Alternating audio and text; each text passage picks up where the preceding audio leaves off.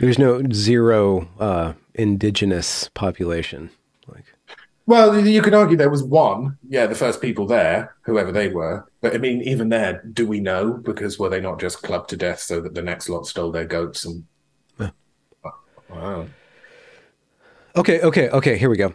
So, with regard to the gender ideology, right? This colonizing force that's kind of clubbing people over the heads and sweeping through. There's something infectious. I keep on returning to this month or this season about why is gender of all the concepts so infectious?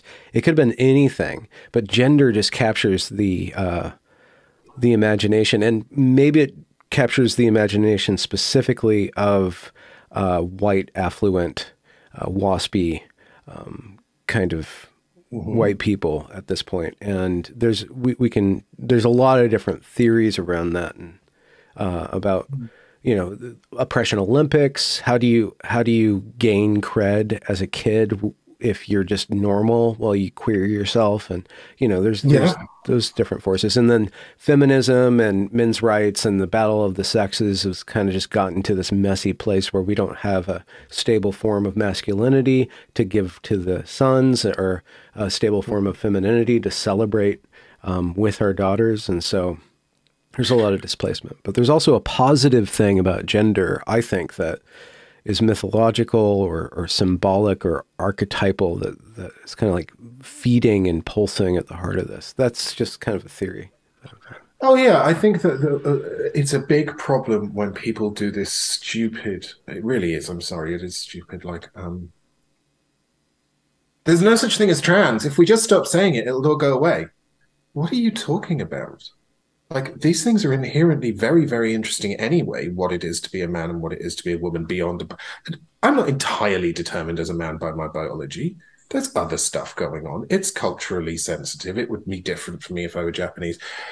And a feeling of being a stranger in your own sex, you can call it gender dysphoria, or you can call it, I mean, sometimes it's more like a dysmorphic thing, or even a bodily integrity disorder thing, or whatever.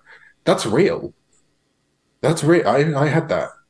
And I had literally never heard the word trans. Like the idea that's only happening because of the woke teachers and libs of TikTok. I'm sorry, this is deranged. So it is interesting. Yeah. And it's really counterproductive to do this kind of like, if we just stop saying gender and we just stop saying trans, this will all go away. Because the kids doing this, it's meaningful to them. Mm. It's really meaningful to them. Sometimes for bad reasons, which is that they've gone from having no friends to a bunch of friends, and therefore they're wrongly associating it with being popular. And Mm. actually, they're not your friends if it's conditional on you being trans. But sometimes for very normal reasons, like, when you're 18, you are kind of obsessed with who you are. Yeah. You Yeah. kind of are.